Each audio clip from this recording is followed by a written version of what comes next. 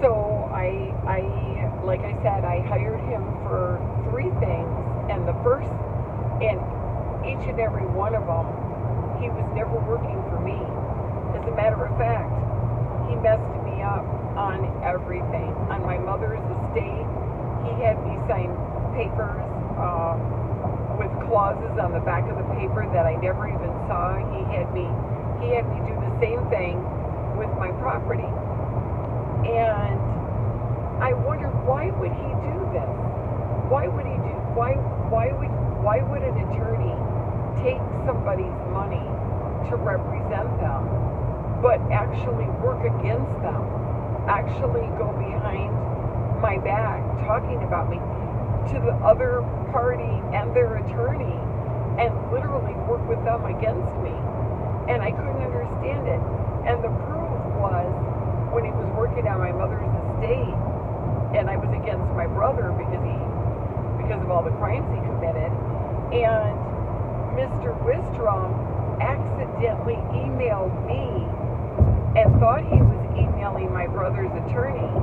And not only was he on a very intimate first name basis with my brother's attorney, but he actually said in the text, which I saved, he said, yeah, Diane's late as usual, but as soon as she shows up and signs the paper, I'll call you. I'll get right back with you. It should be, his name was Chris. And he said, yeah, Chris. He says, my brother's lawyer's name was Chris. As soon as she signs these papers, I'll get right back with you. And I walked into his office and I said, what is this? You're on a first name basis with my brother's attorney, and you're telling him what I'm doing, my every move. What are you up to? What is this? And he gave me some song and dance and some big lie, and I actually believed it. But looking back on it all now, that first of all, I'd like to get to the other situation about my property. He actually worked against me on that. And I want to say, not only did he take my money and work against me and hurt me, I actually paid him to hurt me, legally. If he had just took my money and ran with it, he would have did less harm than what he did. He would have actually did me a favor if he had just stolen my money and ran with it and not represented me. He would have actually did a better job for me than what he did, because he harmed me. He took my money to harm me. So I've been saying all along to my children, I said, why would he do this? Why would an attorney take a client's money and literally work against them to try to hurt them intentionally? And my son happened to look him up on the internet and found out that he was actually a convicted pedophile. He was actually a convicted sex offender. And I'm kind of in shock, but in a ways I'm not really, I shouldn't be, because I see it now. The mentality of a sex offender or a pedophile, an underage person, the mentality of a man that would scout an underage, a pedophile, would lure them by gaining their trust.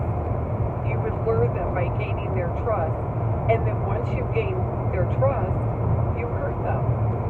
And that's exactly what he did to me. He took advantage of me.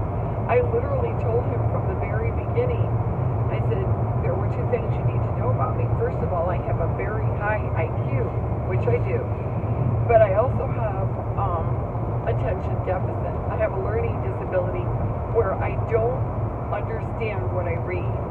I can sit there and read a page, but I will not understand it. I have to read it over and over and over again, and I still won't really fully understand it, and that's what I hired him for. And I made that very clear to him within our first meeting. And he said, no problem, that's what I'm here for. I'm your lawyer. I will read it for you and represent you and carry out your wishes. But instead, he took my money and he took advantage of me, and he worked against me. And yet, after seeing him on the internet, a convicted pedophile, a convicted sex offender, that's the same mentality. To lure helpless people or children, to lure them and gain their trust, to manipulate them, con them, and deceive them into winning their trust, and then to turn around and abuse them and hurt them.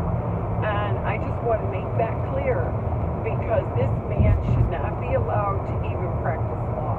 In fact, I'm getting ready to turn him into the Attorney Grievance Committee, and I have a lot of ammunition on my side against him. And he should not even be allowed to practice law. He's a sick man, a very sick man.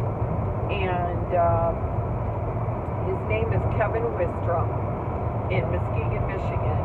And the reason I'm revealing him is because I don't want what happened to me to happen to somebody else.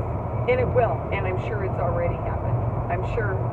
I think he's a very sick man. I think he's got the mentality of a pedophile, a pervert. And I think that he's dangerous, because he hurts people. He hurt me. He hurt me badly.